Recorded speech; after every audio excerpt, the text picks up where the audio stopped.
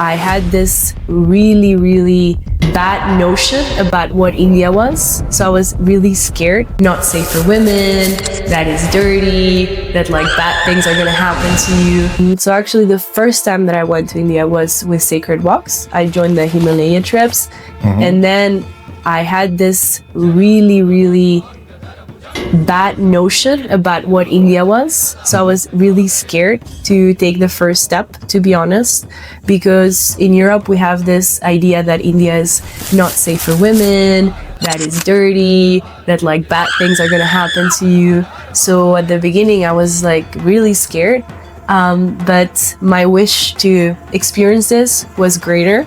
So I took the step and I was like, wow, everything that I know about India that I get from Western media, from social, it was the opposite. And after that yatra, after that journey, really changed my life. So I said, I must come to the ashram. I must experience this in person, because that's the thing, is like what Sadhguru brings that is so unique is that you actually experience spirituality. You don't read about it. You don't hear about it. You don't dream about it. You actually experience. And if it wasn't because of this, I don't think millions of people would have stayed. So that was the difference that drew to him, that finally I could actually experience change, not just read about it. Well, namaskaram. Namaskaram. Welcome to Gen Zen. This is where people from all across the world share their stories. Thank you very much. All right. So, may I know your name, where you're from, and how did you get to know about Sadhguru? Hola, I'm Gisela, and I'm from Barcelona, Spain. If you don't know Barcelona, we have the best football club in the world, not Madrid. But yeah, so the way that I got to know about Sadhguru was actually watching an interview. Someone was interviewing that I was following, and the first time I saw him and I was consuming the content, actually I didn't like it at all. So imagine, I stopped it. It was not engaging me at all. Fast forward 3 years, life falls apart, and you start consuming other type of content. Then Sadhguru videos showed up again, and that time I could not stop listening to this man. I was completely mesmerized by the way he talked. Everything was resonating. So I would just be consuming the content 24/7. And then I decided to take the program, actually. But it took me too long. Everybody that has taken a program, I would say it takes you too long from just listening to videos to actually doing the program. Because the listening is passive, you understand it. But when I took the program, things actually started happening. You mean the inner engineering program? Yes, and I started to experience the magic. Because one thing is when you consume the content, like you listen and the words are very soothing, but it doesn't bring that change, that stability, that magic into your life. But once you start the meditation, that's when things really started happening. So I would say it took me too long from watching the videos to actually experiencing what Sadhguru has to offer. So yeah. You said that you did the inner engineering after watching the videos. Yes. But what was that one thing that really connected, that you just wanted to consume more and more of the information that Sadhguru was sharing in his own way? So that's a great question. I think Sadhguru's logic is amazing, and he's not really trying, he doesn't have an agenda. So what really connected with me is, to be very honest, I was let's say an addict of improving myself. So I was, doing all this gym training. I was reading all these self-help books. I was really into all of these things. Always trying to see how can I get better, how can I get better, how can I get better. But those things never came into fruition, like it never actually materialized in anything. And when I started listening to Sadhguru, he was just so like straightforward. there was no trying to sell you anything. There was no sugarcoating. It was like super straightforward, telling you how life actually is and how you're focusing on the wrong things. So I was like, whoa, this is some very new perspective. I was really, really drawn to the candid way that he was explaining things in extremely simple and logical way. Like, it was very good. Yeah. All right, that's great. So after following Sadhguru from afar, watching his videos, what brought you all the way from Sweden, as you were saying that you're from, to Bharat or India? Yeah. So actually, funny story is that the first time that I came to India was not directly to the ashram.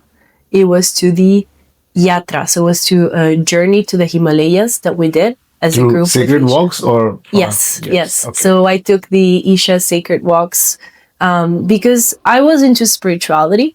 Or I thought I was into spirituality. So everybody's like, oh, you must go to the Himalayas. It's like so beautiful and it's really like, it transforms your life. So I was like, okay, let's give it a try. So actually the first time that I went to India was with Sacred Walks. I joined the Himalaya trips. And then I had this really, really bad notion about what India was. So I was really scared to take the first step, to be honest, because in Europe we have this idea that India is not safe for women, that it's dirty, that like bad things are gonna happen to you. So at the beginning I was like really scared, but my wish to experience this was greater. So I took the step and I was like, wow, everything that I know about India that I get from Western media, from social, it was the opposite. And after that yatra, after that journey, really changed my life. So I said, I must come to the ashram. I must experience this in person, because that's the thing, is like what Sadhguru brings that is so unique is that you actually experience spirituality. You don't read about it. You don't hear about it.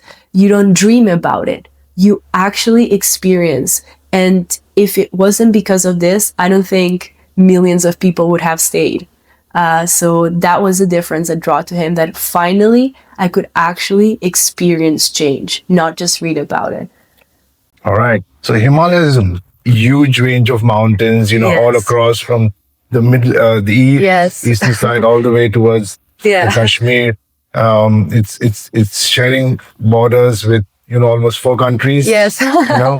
Yes, now I know. Yes, right. So which part of the Himalayas did you, maybe more than 4 countries, if I'm not wrong. Yeah. If I just name a few, it's like Pakistan, Afghanistan, Nepal, China, and then Bangladesh to a certain extent. Bhutan is also one country. Yeah, so it's quite a bit. Fair question. So I actually don't know if I should confess my ignorance in camera, but let's have an honest conversation. As a Westerner, I knew about the Himalayas. I understood what is associated to. I more or less could tell you 2-3 countries that were neighboring it, not more. But when I enrolled to the Sacred Walks, I was reading these names. I had no clue where I was going. I was just like, okay, let's go. Later on, I got to experience Kedarnath. Wow. So that was the focus. And I was like, okay, from now on, I remember the name, because it was, I would say, the real start to my spiritual journey. Because then it was a bit, picking up the practices, leaving the practices, taking it as I go. But once I went to Kedarnath and I experienced, once again, all of this, then I said, okay, then I got really serious with my practices. And I would say that was the fast forward to my journey, visiting Kedarnath. Yeah. Did you get to know about the story of Kedarnath in the journey? Which story? Like, how did the Kedarnath appear? Kedarnath temple come into existence in the first place? Probably, I don't remember, because I don't remember at all. Educate me. Kedarnath is one of the Jyotirlings, yes. of the 12 Jyotirlings that are there. And there's a story behind that, but the Kedarnath temple was actually built by the Pandavas from the Mahabharata, the five brothers story, which is there. And there was an incident also a few years back, where there was a huge flood, a cloud burst, and then everything just swept out because of the rains, the water. But this was the only place which this remained. Yeah, that is how it is. It's grace. Sometimes I actually struggle with this because I think, should I go with all this like research, or should I just go and sit and experience? And I'm a very person that usually prepares the trips, but this was just like, I have no idea how to pronounce 90% of the names. I don't know. I'm completely ignorant about the story and what this is, but it was, I would say, a trip that is like 100% experience. Like, I just felt the energies there and the transformation that happens to you while visiting all these places. So now I feel like I should read about it. But yeah. Great. So what other places did you see in our country? Yes, so apart from the Himalayas, and here you are in the ashram. In the ashram, yes. So I actually took another trip with Isha because I warn you, they're addictive. So once you do one, you're like, oh, I kind of want to do another one and another one. So I did the Sadhguru. I'm sure that you're familiar with it. So it's in the south of India. We visited the water temple, the fire temple, so different places that are very based on the 5 elements. Yeah, exactly.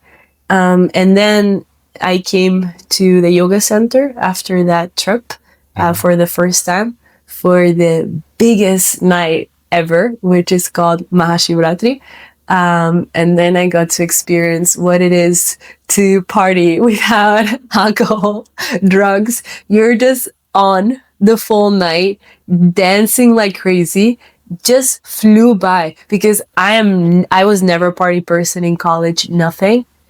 And in that night just flew by. It was so fun. And I was dancing to Indian music. And I was like, I only know how to dance to bachata, to salsa, all the Spanish, Latin rhythms, a little bit of reggaeton, I must admit. But it was the first time I was full on wearing a kurta and dancing Indian traditional clothes. It was really I could not believe this. Can imagine.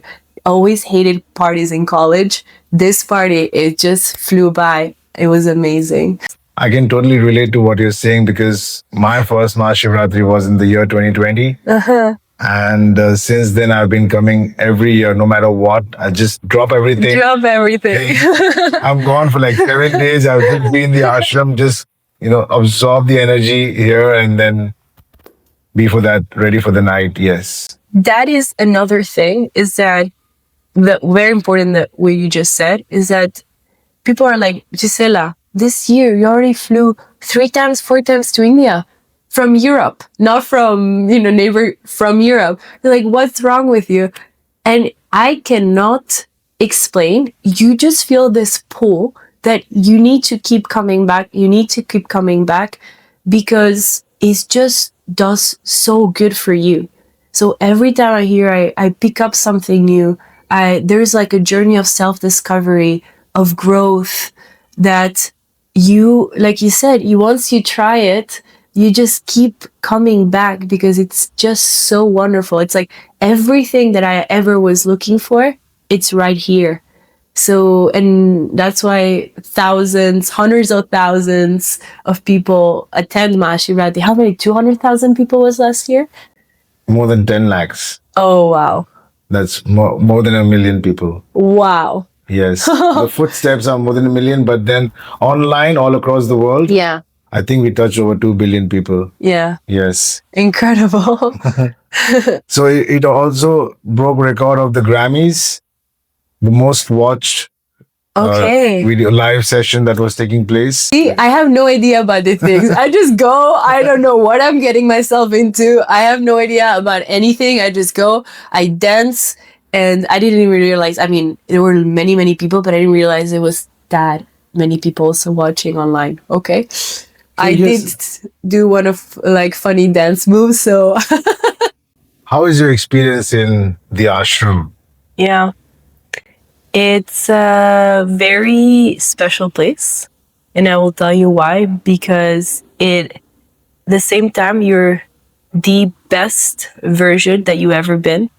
You come here and I'm like, oh, I have this skin problem. Oh, my back is hurting. Oh, and then it magically disappears because the space is such that every little rock, every plant, every building, everything is just thought about how can I improve human well-being. Even the food that you eat, the food is medicine.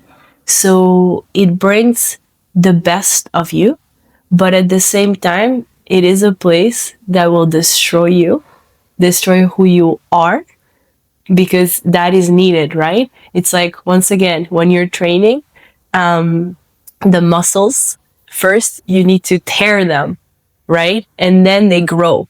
So it's that inner tearing that is happening, but at the same time, it's the most beautiful growth. And you're doing it in a very cared for environment. So they're always watching out for you, making sure that you're just in that limit. But this is what every human being is seeking. You want to grow. You want to be the best version of yourself. So I would say that's why the ashram for me is like the most special place, because this is the place where I have grown the most in my life. How would food be medicine? Are you sick? Food is life, right? Is it more lively, the food here?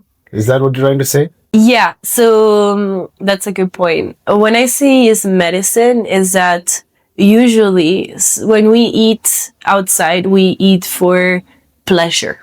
Okay. For the taste. Yeah, for the taste. You go for, ooh, this, I don't know, tandoori chicken.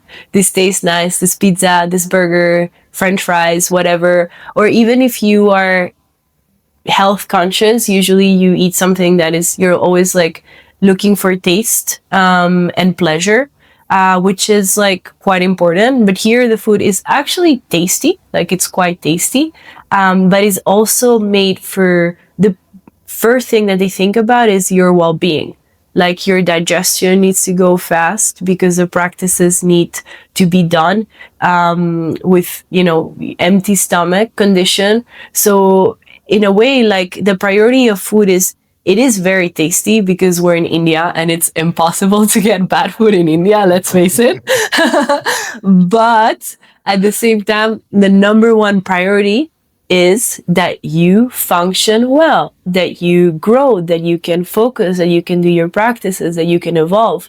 And that is what I meant. Like it's medicine in that sense. Like the food is also bringing the best out of you. Yes, it is.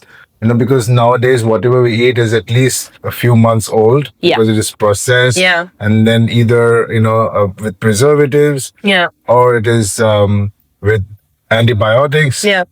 So here everything is grown organically. Yeah. And as Sadhguru says that the food that we eat should be from the nearby, it should be from the same area. Yes. So most of the food that we have here, or almost all, is grown in the nearby villages. Yeah, and also it's not only the food, it's like the way that you eat it. I mean, coming from the West, we always use like the knife and fork situation. Like it's very rare that you eat with your hands. I would like remember when I was a kid and I was like eating with my hands, my mom would always scold me and say, oh, like Gisela, like why are you doing this? This is not correct manners. Like why would you do this? And then I come here and all of a sudden like everybody's eating with their hands and I'm like, what's going on? And oh boy, the food tastes so much better. There is this connection. And also a very Spanish thing is that we always eat talking to people because food is the biggest social thing that you can do. You always go to dinner with friends, you eat some tapas. So food is like the social thing. But here you don't speak. We just sit and we eat and you have this special connection to food So as you were beautifully explaining, like, it's not only how they source it, how they grow it, how they cook it, and the freshness of the ingredients, that because if the food is alive, you will be alive, but it's also the way you eat it. It is so special. Now I cannot not eat with my hands. I always go to the office in Sweden and I'm like hiding and just eating with my hands in an office like room. I'm like, okay, no one's seeing, because it is just so wonderful. You can't stop doing it. That's funny how you're saying it, because I remember when I was young, and our elders, mostly our parents or their parents, our grandfathers or mothers, they would eat by their own hands, and the generation like us, we would stop them like, don't eat, we are in a 5-star hotel, use your fork and spoon. Oh no. And when they would go to wash their hands or something, and then they would just leave it aside and then they would eat. That was the condition. But yes, as you rightly said, we are made of the senses, and all our senses combine when we eat with bare hands. So yeah, that is a Don't get westernized. We had it all wrong. Yes, Please true. don't do it. So as you mentioned about the food here, which is your favorite? Did you come across any dish that you like the most? So the thing is that I like everything, to be honest, because the papaya, like even the like fresh fruit is like so tasty. The dals, but that's the thing. When I came here, I had no idea what is a dal, what is kanji, I'm like, what? They just brought it to my plate. I was happily eating. Even the peanuts, I had to double check twice because I never seen a soaked peanut. And then I learned that you have to soak things overnight. I was like, oh, interesting. Because I was just eating salty peanuts from the bags, like, oh, I was thinking this is healthy. So to be honest, the names, once again, super tricky, but there's one thing that I became obsessive about, something called ragi. Yes. We had ragi laddu yesterday. Did you like that? It was so delicious. I'm like ragi crazy. Everything I cook with ragi every day. Imagine in Europe and Sweden, I found this Indian store. And I'm just buying ragi and I'm making it like ragi mude, you say? Ragi noodles, yes. Yeah. So I make everyday ragi, and especially like as a woman, I have seen very positive changes like for my body, like my bone density, because I also train a lot. It is really good for women because it has a high amount of iron in it. Yeah. Right? Yeah, so, exactly. And many other vitamins, of course, as well. Yeah. So and I eat it and it's like, I'm full, but I'm not full like if I would eat wheat.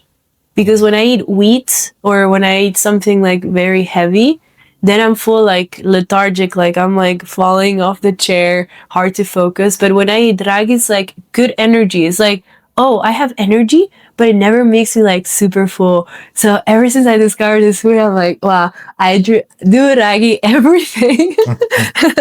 Insightful thing you have shared about ragi. People are going to love that. If I can learn how to make ragi, everyone can, because trust me learning how to make Indian dishes is like really like, I have no idea how to cook Western dishes. So then I had to learn how to make Indian dishes so that like, yeah, if I can do it, everybody can have ragi. It's amazing. What all programs have you done so far? Okay, so let's start chronologically. So this question is very good because I just finished the silent program. The 8-day Samima program. Yes, literally just fresh out of the oven. Okay. Like a couple of days ago. So that is one of the most advanced programs that happens in the ashram. Oh, yeah. Would you like to share your experience? Yeah. So actually, when I started this journey with inner engineering, I had no idea that there were advanced programs. I just did the 21-day practice. I kept going. Then the first time that I came to the ashram, that's the other thing. When you're here, things start to flow in a way that it's truly magical. So I was here for Mahashivratri, great party, everything. And I was at the airport and there was this Romanian guy who was also in my trip. And I saw him like, oh, okay, like, how are you? You're flying back. Great. We have like a similar flight. So we're going to be together. And then he talked to me about this program called BSP, Baba Spandana. And I was just so high from the feeling of Mahashivratri. I was like, oh, I'm so happy. I'm so energetic. This is the best thing ever. I want to stay longer. And then he said to me, you must do BSP. You must do BSP. And then he shared some stories about how he saw a tree and cried. And I was like, what is this man talking about? And that moment at the airport, I booked it because we just got an email literally like the same day that this advanced program was happening in Berlin. Wow. In Germany. So, everything worked out in such a magical way. So I was like rushing. I was like getting my credit card, like, okay, let's pay, like, let's subscribe. So I did BSP and it completely changed my life, I guess. Yes, BSP is something which is an experiential program and it changed my life too. Yeah. I would generally like to be behind the cameras, but now I can. Now you're doing these interviews. Yes. Yeah. So it's really nice. It just lifts you in a different way altogether. Yeah. And, sheds your whole skin and you're just a new person altogether. Yeah. You literally are a new person. When you do a BSP, it's like you get to start over your life in a certain way. And it's very intense. So I'm very energetic. So people every time they tell me like, oh, you have to do BSP, you will love it, you will love it. So I was like, okay. Then wise people, they were right. I took it. It was incredible.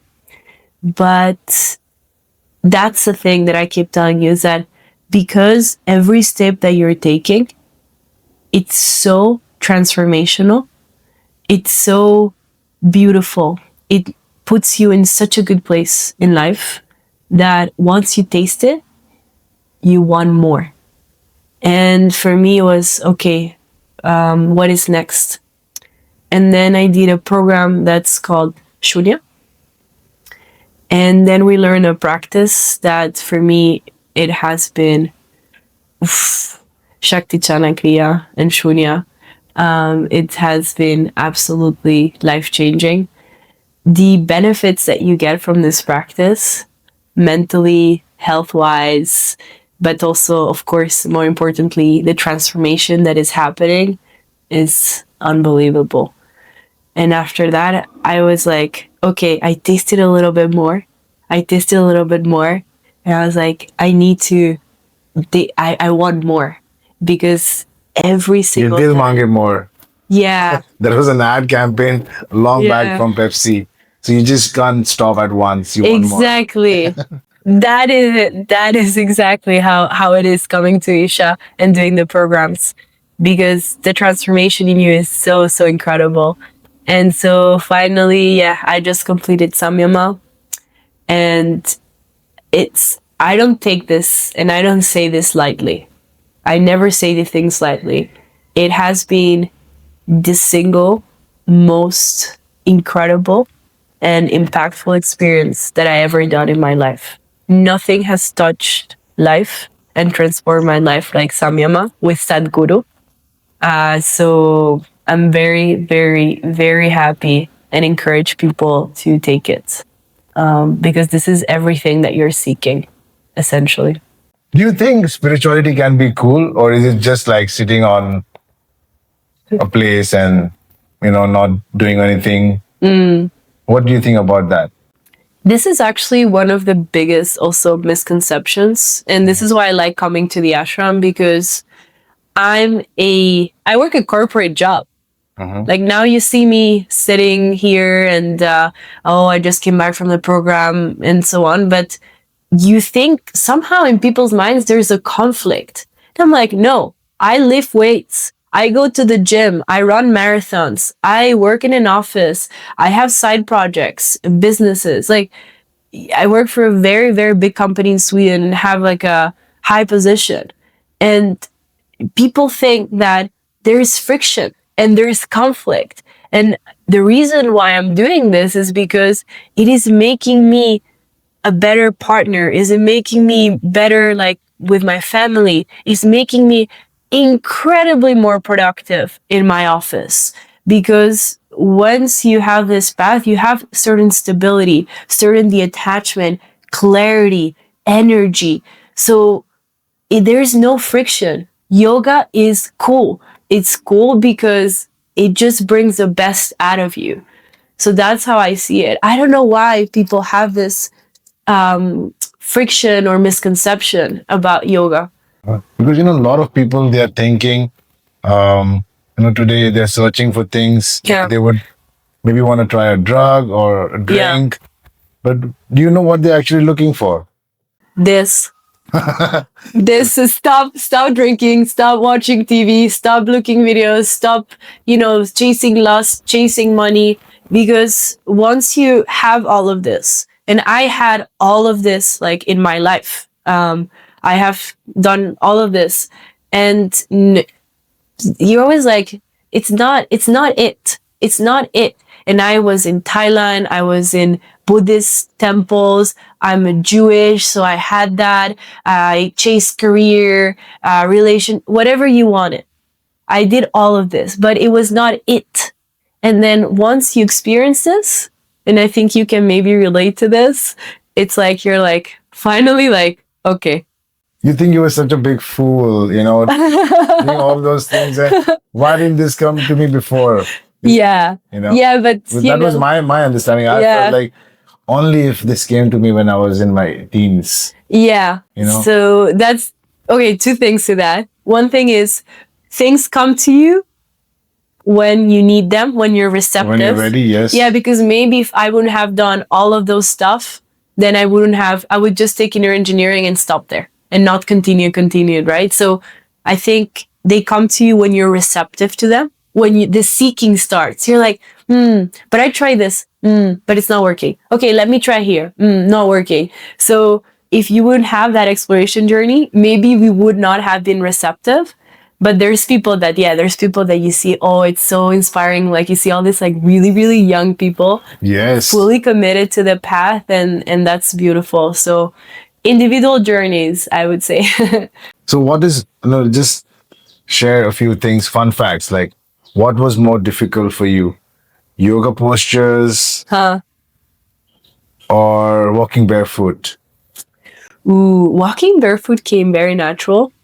I think the biggest for a Western woman is sitting in Ardha Siddhasana. The way you're sitting right now? The way I'm sitting right now. Funny. But I remember I had to like sit through some of the meditations at the beginning, and I was like, all that I'm getting is a backache.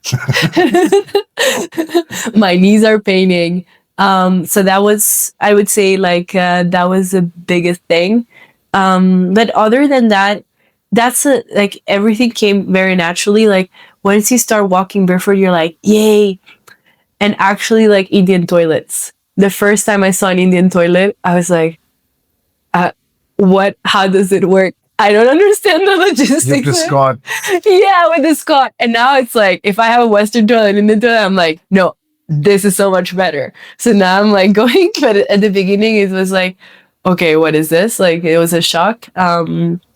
So yeah.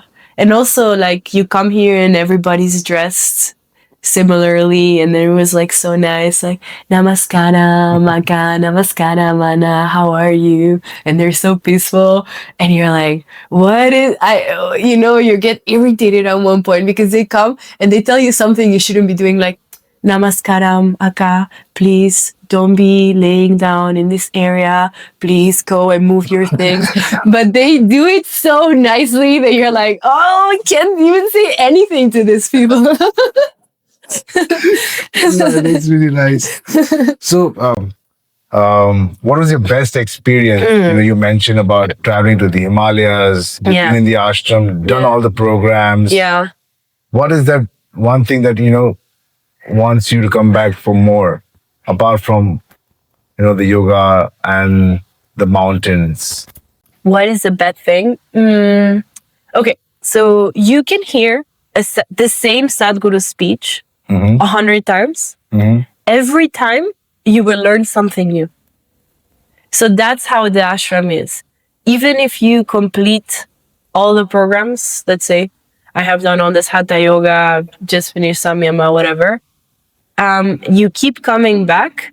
There's some new experience that unlocks growth, development in you. So I would say that's why I keep coming back, and I will always keep coming back. In a way, this is my new home. So you would like to stay here more often than, just going other places? You can't help it.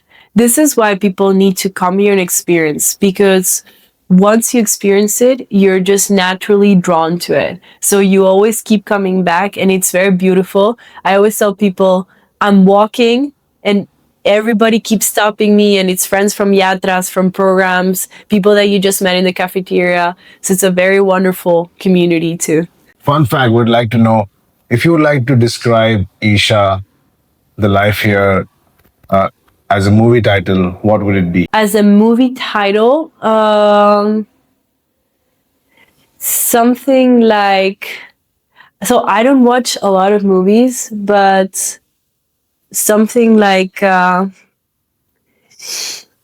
painful, beautiful growth. I don't know. Because it's really intense. A mixture of everything. A mixture of everything. Maybe like in Spanish, we have a word that it's like popurrí.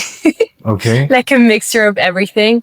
So yeah, something like this. All right. Anything you would like to share to your people back home in Spanish? Sí, que vale la pena. 100% vale la pena. Es algo que todo ser humano necesita y busca. Y esto es todo lo que estabas buscando. Así que pruébalo. Y luego ya me contarás y me agradecerás. All right, great. Yes. And anything that you've picked up, staying in the ashram or around in India, that you'd like to share in Hindi, maybe? Yeah, I can say a few words. Mera naam Gisela hai. Ashram bahut acha place hai. Yeah, and jaldi milenge. And the nod? And the nod. Oh, yes, that is, my family's going crazy. They're like, Gisela, what is going on with you? You know, we have this like little toy thingies that just swing. Da, da, da, da, da, da, da, da. So they're like, you look like one of those. So, आप कैसे हो? मैं अच्छी हूँ. ठीक है. You're ठीक है. I want to listen to the ठीक है. ठीक है. So you've been all across India, as you mentioned. You've been to the Himalayas. You've been to the south. You've been in the ashram. Any funny incident that you came across? Many. I will say this. I say this like with my heart full of love towards Indians. There are a lot of characters in this country. Yeah, we are a country of 1.45 million. So but special characters. Okay. But what was one of the funniest things that happens to me, many funny things, many cultural misunderstandings, was that, okay, my name is Gisela, but my friends call me Gigi. Gigi. Okay, which is very similar to auntie or something. Gigi. You have a word in Hindi. What is that? Like Gigi. Gigi auntie? Yeah. Yes. Is that a thing, right? Yes, it is. Okay, so basically, when I landed, then I started hearing my name everywhere. Like, Gigi. And I was like, how do these people know me? G is also a word of expressing respect. Respect, like Guruji. Yes. Yeah. Now I know. But imagine you land to a country and you hear Gigi. And in the bus, it's like Gigi. And I'm just like, how? And then, G is also a yes. Yeah. And as a Westerner, people come and they ask you to take pictures sometimes, which has happened to me. And I'm like, oh, am I famous in India? And I had no clue. How these people know me? I was like, what is going on in this place? And then someone told me, I know it's Gigi, like auntie and this. I was like, oh, okay. So this actually happened to me when I first landed in India. So that was quite funny. So yeah, that's one of the many, many, many things. Also, I mean, so many things. Like, for example, you know how in the ashram, they always close an email with saying pranam. I've heard namaskaram because Sadhguru says it a lot, but I never heard pranam. So I was like, oh, this is an Indian name. So I was like writing the email, good morning, pranam. Thank you for the thank you for the information. Here you find attached this best. Da, da, da. And I was like, oh, and then they keep answering pranam, and I was like, huh, okay. So this actually means something else, but there is so many of this stuff, like so many. So you figure what pranam is? It's like it's the way you close It's it. just Like, bowing down. oh, it's bowing down. Yes. See, now it took me 2 years, and now I know. I still knew like this is how you close emails, Yes. but now I know. I thought it was a name. Or they would end it with love and laughter. Love and laughter. Yes. Yeah. Volunteers. Yeah. Or they would say pranam. Yes. Yeah. That's how it is. So many of these things. Yeah. Amazing.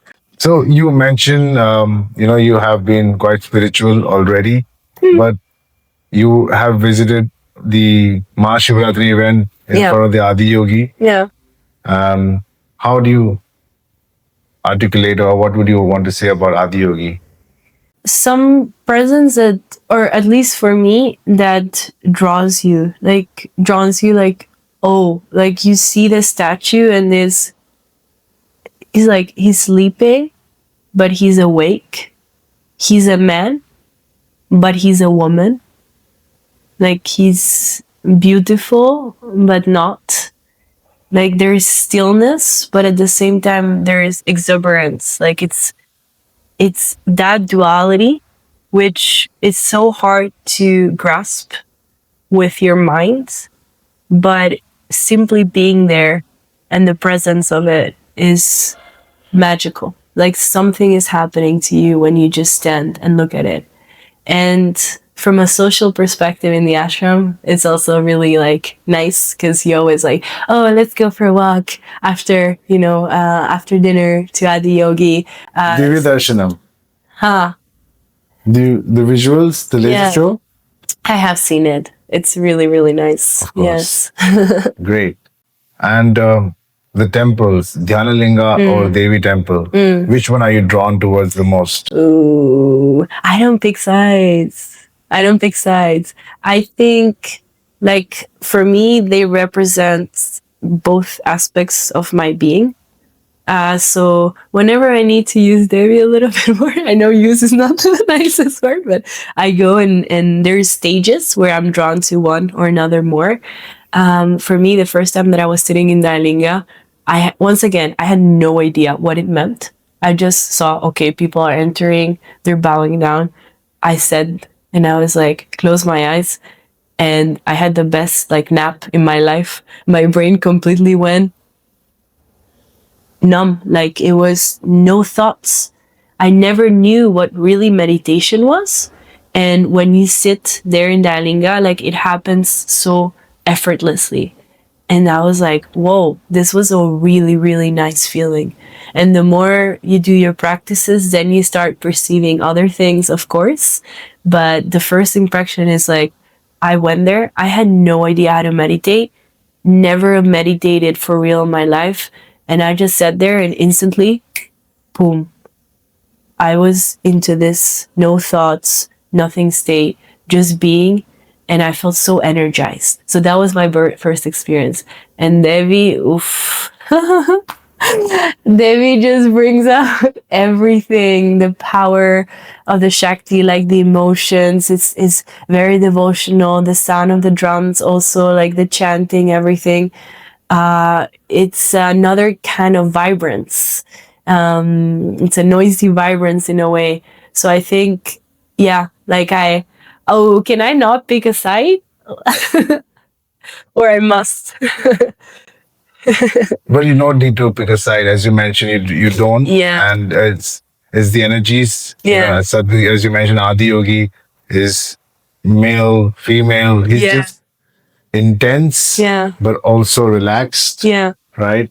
Yeah. So there's another word called Ardhanarishwar. Oh, okay. Where he is half woman and half. Oh, that's what it's called? Yes. Okay. And Sadhguru says everything is energy, Shiva, Shakti, Yin, Yang, Huh. day, night, everything. Yeah, the duality. Dualities. Yeah. It's just amazing. You've done all the programs. You've been to the ashram multiple times. You know many parts of India. Now, what next? After going back, what is the next step you want to take? Why would you want to come back and for what? I'm not thinking now in terms of programs, to be honest. It's just a place where you need to be, and somehow things just happen.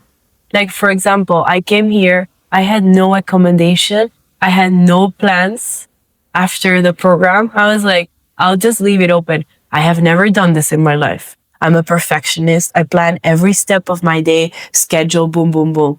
And I don't know why. I was like, whenever you're here, things just flow and it happened. True. And as the 5 tools, Sadhguru mentions that we should follow is one is being mother to the world. I think that aspect has always been on with me. Yeah. You're totally mother to the world. Not just me, everyone around the ashram, and how it's just for me. When I came across Sadhguru, I was also the same way as you mentioned. Watching videos after videos, and then I'm like, what next? And then the kind of things he's done, I said, is he really a man, a human? Because he's done things, save soil. Crazy. 100 days. Crazy. So many countries. Crazy. All the weathers that you can think of, not think of, he's faced that. This is very important what you're saying. And I want people to understand this because I have traveled for work. Big company, we have offices everywhere. So I would go to Singapore, give a presentation, come back. It's like in my late 20s, like when I was doing this, like, okay, now I have to fly to Hungary. Now I flew to here. I got burned out so bad. I cannot keep this rhythm up. And I was just giving short presentations, not like him. And it's, as you say, you question when you actually see the impact, everything that he's doing, the way that he's doing it, the precision. You're like, not even Justin Bieber with the best team, with private jets, with whatever, are capable of keeping the rhythm of Sadhguru. If you just know a little bit what it's like to have this schedule, you're like, it's just impossible. No one can keep up. I'm getting goosebumps. I can't say because I'm wearing a full sleeves. But I'm saying this, and this is so real because when I heard about Sadhguru doing the Save Soil movement, it was announced to the volunteers way before. It started in, I think, the month of March, after Mahashivratri. Yeah. But in December, we got to know that this is going to happen. And I was like, why does Sadhguru have to take such a big challenge, of traveling on a bike? It's not that he's going on a trailer where everything is comfortable and there's food getting served. Yeah, no. There are trailers, there is everything. Yeah. But he's on a bike. Yeah. And there are different trains. Yeah. I just want to give all of myself to this, Save Soil movement. Yes. I quit 5 jobs. I had to work to support my family at the same time. I also want to be involved in this. Yeah. And I was working for multinational companies, so I would be working during the days. If I'm working for Europe, I'll be working from mid-afternoon and all the way till night. Yes. And if I'm working for US, I have to stay awake all night. Yeah. And so I used to switch job. And some places we would not get off during Saturday and Sundays because we'll get weekly off separate. Okay. So, and I didn't care about the work. I just wanted to be in every event. Yeah. Because Sadhguru would be traveling intensively. Yes. And then he would be, he did more than 500 interviews. And and some places he would be just coming, leaving the bike and then sitting, not having anything, not even water, maybe. And 2 hours straight he'll be speaking, Yes. So, and that was really And I wanted to be supporting. I used to go to parks, to gardens, just fly a flag. I used to become a soil man. I was for my region. I was just, I went berserk. I just wanted to get more and more support as Sadhguru wants that we want people to know about this. So I tried my level best, and I think that was the time, that inner shift that took place. And then there's no turning back. I was a volunteer part-time, but then it just accelerated. And that is what I really feel is really important. He needs more hands. Yes. Yes. And you are also supporting in your own way. Yes. So that's like two aspects of what you mentioned, which is absolutely beautiful. The first thing is that you are so inspired by the man. You're like, he's doing all of this for you, essentially. Like, he's not doing it for himself. He's already enlightened. He's good. Yes. He's doing all of this for us, for humanity. Completely selfless. Yes, I just forgot to mention that, if he doesn't need to lift a finger, if he just sits, if he asks for something, people will get him. Yeah. But he did this because he wants, people to know that there's more to life. There's more to life. So that's the first aspect. The need of the hour, what is required. And he's the true mother to the world, and he is. Else, so. He really is. So whatever he says, he lives by it. He does that, and the brahmacharis in the ashram. Wow. No one can actually. Nowhere else I have seen something like that. Okay, now I'm gonna divest a little bit, and then I'll come back to my point. But the first time that I saw brahmachari in my life was with Isha Dayatra to Kedarnath, and I saw this man, and I thought, this is sunshine in a human form. I never seen someone's face so bright and so at ease and so joyful. I was instantly drawn to this man. I was like, what is it? It's incredible because it's not only Sadhguru, but it's a whole environment, the people that get inspired by him. If you only get 0.0001%, you're already like, wow. So that's the other thing. And the second aspect, so one is inspiration, but the second aspect is that I don't know if it happens to you, but I think the issue what we have with society is now everybody is like very self-absorbed and they don't understand that you are the happiest, you are the most joyful, you're the best when you give. The more you give is the more you get. What you give is what you get. Multiply. No, what I'm saying is like now people are like very, especially like where I live in Europe, Sweden is very individualistic society. So everybody's very concerned about their like, my money, my schedule, my thing, like how I look. So it's very like selfish in a way. But they don't understand. They're very careful. I don't want to give time to this. I don't want to volunteer because I have my agenda. I have my thing. But once you give yourself away to the process. You take off the me, myself, and I. Yeah. Solo ride until I die. It's a song, I believe. Yeah. Me, myself, and I. And when you start giving and you start doing seva, and you cannot help it because you're so grateful process has changed my entire life. I need to give back. I need to give back. You don't even think about it. As you say, you become a soil man and then you quit 5 jobs and you start doing it. You're like, I have never been happier in my life. Because once you shift your attention from this me, which is this identity that you have created, and you start giving, that's when true transformation happens. Indeed. Yeah. Thank you very much once again for sharing your insight. Thank you. You've been really wonderful. I hope to interview you next time when you come for. I will be here soon. Sure. Right. So thank you very much once again. Until next time, stay joyful and keep exploring the Zen within. Thank you so much.